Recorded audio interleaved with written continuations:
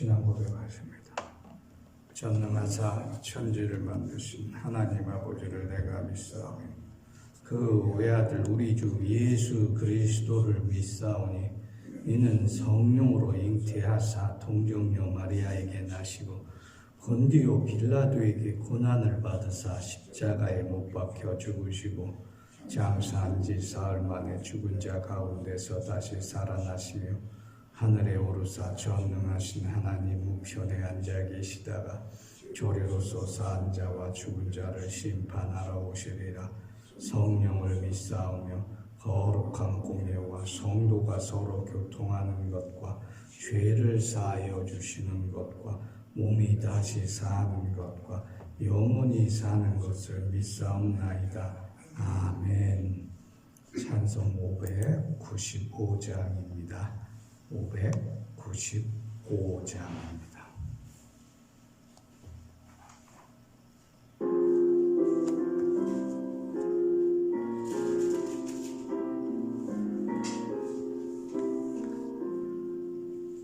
나 맡은 본분은 그 주를 높이고 문영원 구원하도록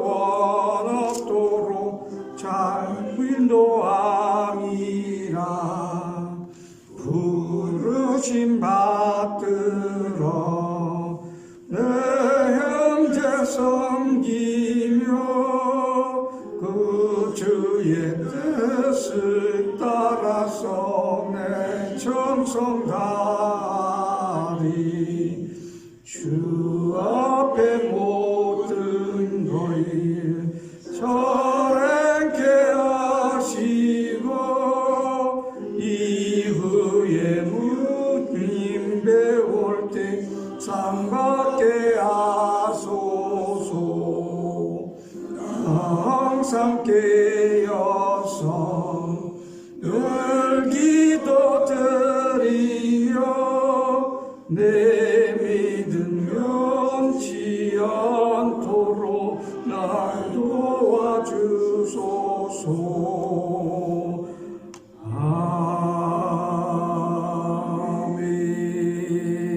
아멘. 오늘 본문 말씀은 로마서 7장 21절에서 23절 말씀입니다. 로마서 7장 21절에서 23절 말씀 함께 봉독하도록 하겠습니다. 그러므로 내가 한 법을 깨달았노니 선을 행하기 원하는 나에게 악이 함께 있는 것이로다. 내 속 사람으로는 하나님의 법을 즐거워하되 내 지체 속에서 다른 한 법이 내 마음의 법과 싸워 내 지체 속에 있는 죄의 법으로 나를 사로잡는 것을 보도다. 사도 바울이 계속해서 로마서에 주장하고 있는 그 줄거리를 크게 한번 생각해 보면 죄사함, 회개와 성화, 거룩해지는 것, 그 성결함, 또 세 번째로 영화, 즉 영적인 삶을 살아가는 법, 이렇게 크게 세 단계로 나눠 놓을 수가 있어요. 근데 사도 바울은 지리하게도 로마서에서 죄의 문제를 끈질기게 우리에게 이야기하고 있는 것을 우리가 여태까지 보게 되었습니다. 그런데 이 죄의 문제는 인간의 본질과도 아주 깊은 연관이 있어요. 그러니까 사람이 무엇이냐, 철학적으로 인간론, 인간의 본질, 이렇게 설명할 필요가 없이 사람은 무엇이냐, 사람은 어떠하냐, 무엇이 사람이냐, 간단하게 우리가 생각해 볼 수가 있다는 것이지요. 그것은 상식선에서 이야기하는 것도 아니고, 흔히 개똥 철학이라 그래서 그런 것을 또 얘기하는 것도 아니고, 그냥 우리 스스로 생각해 보기, 사람이 무엇이냐, 내가 무엇이냐. 사도 바울의 주장에 따르면 인간은 악하다. 인간은 죄가 있다. 죄에서 벗어나지 못한다. 마치 창세기에서 선악과를 먹고 생명나무의 열매를 먹고 선과 악을 아는 일에 하나님처럼 되어서 하나님이 그 벌로 죽음을 주신 것처럼 죄가 있기 때문에 인간은 죽을 수밖에 없다. 그냥 간단하게 이렇게 이해할 수가 있다는 것이죠. 저희 엉뚱한 사람들, 아니 또 기독교 신학에서는 사람에게 죄를 있다고 했을 때 그 죄를 극복하는 방법이 무엇이냐? 그래서 구원을 받아야 된다. 그러면 구원을 받는데 그러면 어떻게 구원을 받고 사람에게 구원을 받을 만한 자격이 있느냐? 구원을 받을 만한 조그만 실마리라도 있느냐? 뭐 이런 이상한 얘기를 해서 하나님의 형상이 죄로 인해서 완전히 파괴되었다. 뭐 어떤 사람은 그래도 하나님의 형상이 다 파괴되지 않고 조금은 남아있으니까 하나님께서 그걸 통해서 하나님을 바로 알게 하셨다. 이렇게 복잡하게 인간의 본질을 얘기하다 보면 뭐 우리 생각이 막 그냥 이상하게 된단 말이죠. 근데 이렇게 뭐 이상하게 생각할 필요가 없이요. 그냥 죄가 있는 거는 누구나 다 인정한단 말이에요. 죄가 있어요. 그리고 죄가 있기 때문에 우리는 악하다는 거예요. 그런데 이 죄를 스스로 선하게 만들고 이 죄를 이겨낼 힘이 없기 때문에 하나님께서 우리를 긍휼히 여기신다는 겁니다. 그래서 예수 그리스도를 흠없는 그분을 우리에게 보내주신 것이라고 하는 거죠. 그래서 제가 늘 드렸듯이 신앙생활은 쉽게 해야 돼요. 어렵게 믿으면 답이 없어요. 제일 쉬운 게 예수를 믿는 것이란 말이에요. 그냥 하나님이 설교자 입을 통해서 여러분에게 들려주는 그 말씀 은혜 받은 대로 믿으면 되는데 자꾸 머릿속에는 딴 생각을 한단 말이에요. 이건 아닌데 저건 아닌데.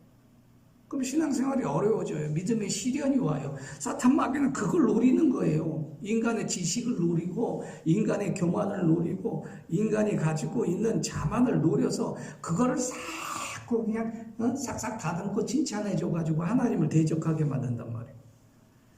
그러니까 은혜가 없는 거예요. 그냥 믿어. 단순하게.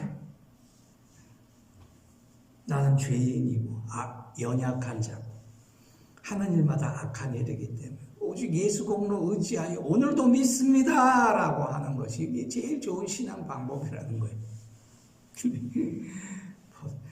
요즘 이상하게 말하는 사람 많이죠. 뭐 설교단에서 저도 그랬어요. 처음에 설교할 때 그냥 막 어렵게 하는 게 좋은 줄 알았는데 그거 아니란 말이에요. 믿는 것도 마찬가지예요. 뭐 어렵게 믿을 필요가 없는 거예요. 하나님, 나는 죄인입니다. 용서해 주세요. 이게 가장 출발이에요. 하나님, 나는 연약합니다. 도와주세요. 이 믿음이 제일 좋은 믿음이란 말이죠.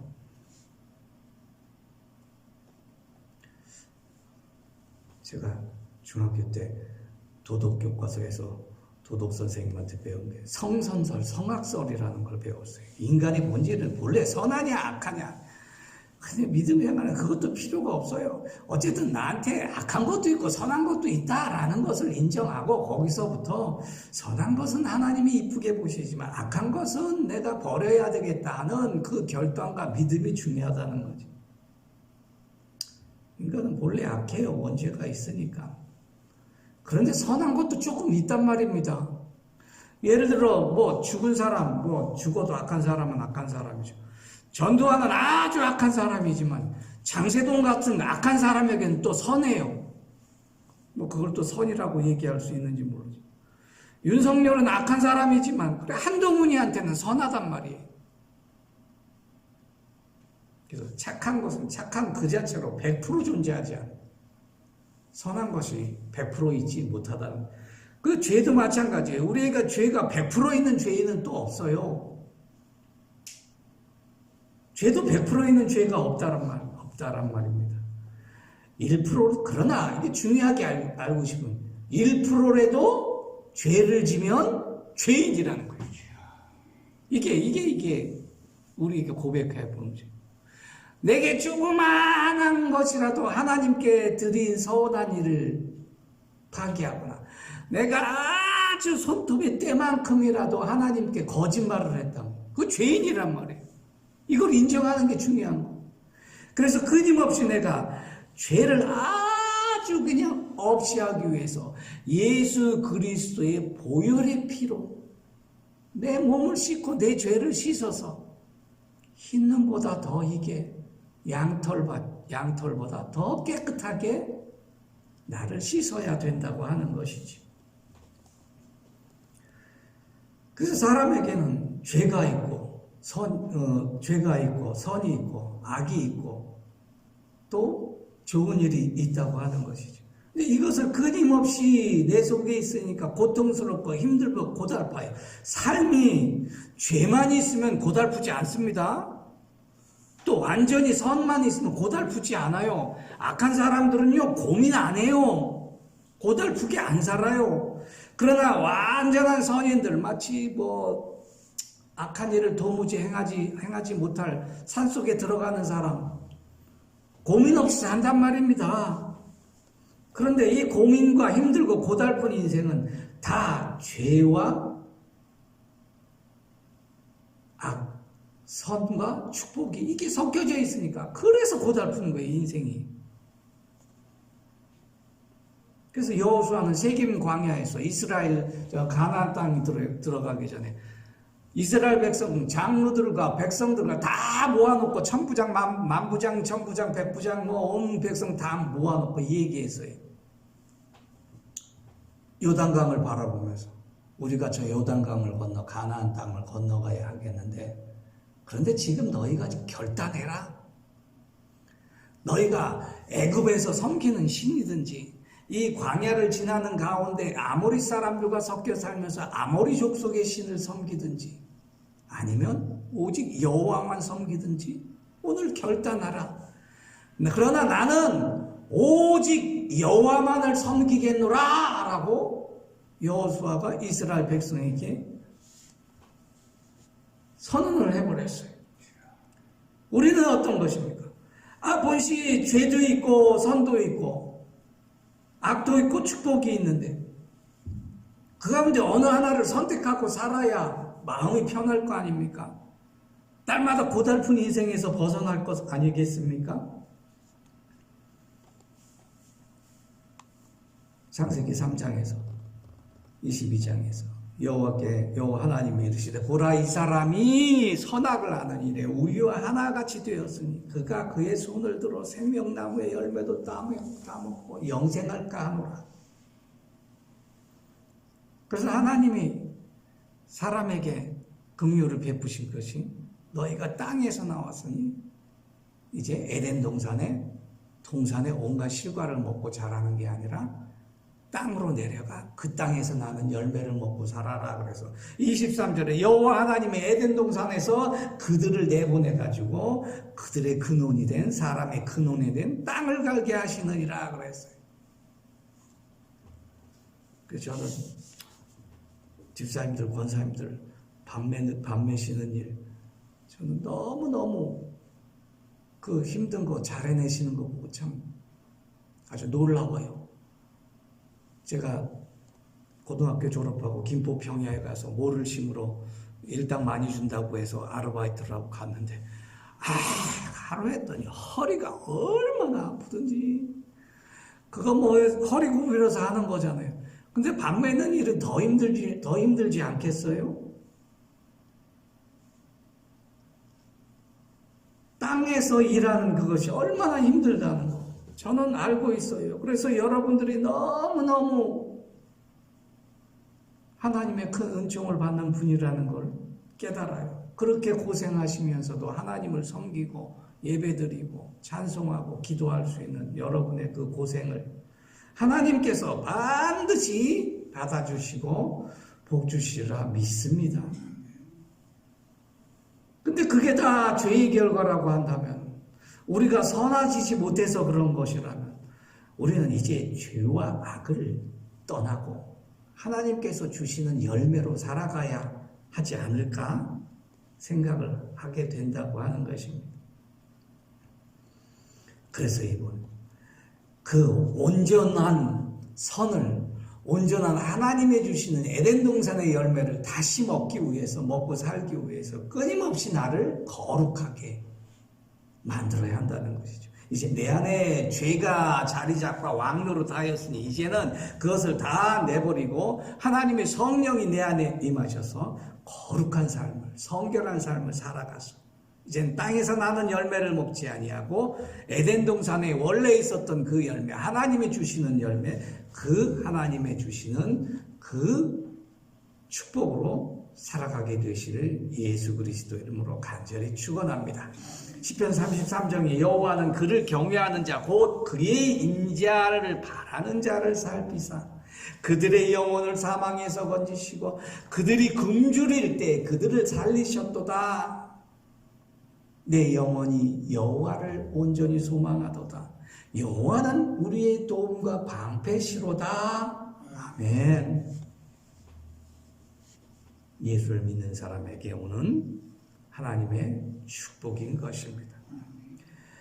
세 번째 단계로 나아가면 이제 영적인 단계, 영화라고 하는 단계로 나아가게 된다고 하는 것을 소망으로 가지시기 바랍니다. 우리 안에 죄와 악이 관영해. 그렇지만 하나님께서 우리를 사랑해 주셔서 예수 그리스도를 믿음으로 말미암아 성결한 삶을 살아가게 하시고 이제는 다시는 아픔이나 고통이나 눈물도 없고 고달픈 인생이 되지 아니하는 영적인 삶을 살아가기를 원하신다고 하는 것이지. 영적인 삶의 가장 큰 기본은 여호와를 경외하는 것입니다. 잠언 9장 보니까 여호와를 경외하는 것이 지혜의 근본이요 거룩하신 자를 아는 것이 명철이니라 그랬어요. 우리가 거룩하게 하는 건 내 힘으로 할 수 있어. 그러나 영적인 삶, 영화의 삶을 누리는 것은 오직 하나님께서 하실 일이라고 하는 것입니다. 그래서 날마다 하나님께 기도드리고 날마다 내 자신을 예수 그리스도의 말씀으로 깨끗이 해야 된다고 하는 거죠. 여호와를 경외하고 하나님을 사랑하는 것. 그래서 나 지혜로 말미암아 내 날이 많아질 것이요 내 생명의 해가 내가 더하리라 그랬어요. 그러니까 지혜란 여호와를 경외하고 여호와를 사랑하는 것인데 이 여호와를 경외하고 여호와를 사랑하고 하나님께 예배드리는 그 일로 말미암아 너희 날이 많아진다. 장수하게 된다는 거예요. 그리고 내 생명의 해가 내게 더하리라 그랬어요. 풍성한 축복이 넘치게 된다고 하는 것입니다. 12절에 보니까 내가 만일 지혜로우면 그 지혜가 내게 유익할 것이나 내가 만일 거만하면 너 홀로 해를 당하리라 그랬어요. 이사야 1장 18절에서 내가 만약 여호와 말씀으로 살게 되면 땅의 소출을 먹을 것이나 거절하고 배반하면 칼에 삼키우리라. 또 이사야에서는 또 그렇게 얘기하고 있거든요. 이 영화의 단계, 이 영적인 삶을 살아가는 악한 사탄 마귀가 조금도 절대 근접하지 못한다고 하는 거죠. 영적인 삶을 이제는 온전히 하나님과 더불어 살아가고 하나님을 경외하고 하나님의 말씀대로 살아가고 오직 하나님의 은혜로 충만한 축복을 누리는 삶이기 때문에 하나님은 거룩한 성결한 삶을 통해서 더 나아가 영적인 삶을 살기를 우리에게 원하신다는 것입니다. 영적인 삶을 살아가는 것은 저 무당처럼 살아가는 것이 아니에요. 영적인 삶을 살아가는 사람 많아요. 무당도 영적인 삶을 살아가요. 근데 그 영이 하나님의 영이 아니란 말이죠. 우리가 예배드리는 것은 영적인 삶의 큰 부분인데 그러나 우리는 하나님의 영, 살아계신 하나님의 영을 경배하고 예배하는 예배이기 때문에 그것이 거룩한 거예요. 그것이 축복 있는 그 삶의 부분이에요. 그것이 하나님께서 주시는 온전한 복으로 살아가는 방법이기 때문에 그래서 예배드리는 거예요. 예배드리는 거 힘들지요. 뭐 바쁜데 예배드릴 시간 주일마다 오라 그러고 또 주중에 오라 그러고 목사님도 예배드리는 거 참 힘들어요. 그냥 늘 예배드리는 거 설교하는 것도 얼마나 힘들겠어요. 그래 왜 주일이 일주일인지 모르겠어. 난 목사지만은 조금 불만이 있어. 한 보름에 한 번씩 그렇게 주일이 되면 얼마나 좋을까? 한 달에 한 번씩 주일이 되면 얼마나 좋을까? 근데 그게 아니란 말이에요. 하나님은 날마다 예배 드리시기를 원하시는 거예요. 날마다. 매 시간 하나님께 엎드려 기도하기를 원하시는 거예요. 왜? 하나님은 예배를 통해서 우리를 만나시고 예배를 통해서 우리를 영적인 존재로 만들어서 온전히 살아가기를 원하신다고 하는 것입니다. 오늘 영적인 삶을 살아가는 여러분 되시기 바랍니다. 날마다 자신을 거룩하게 하여 하나님께서 임하시는 성령으로 영적인 존재로 거듭나 하나님께 항상 감사의 제목을 넘치는 여러분 되시기를 예수 그리스도 이름으로 간절히 축원합니다. 기도하겠습니다. 하나님 아버지 감사합니다.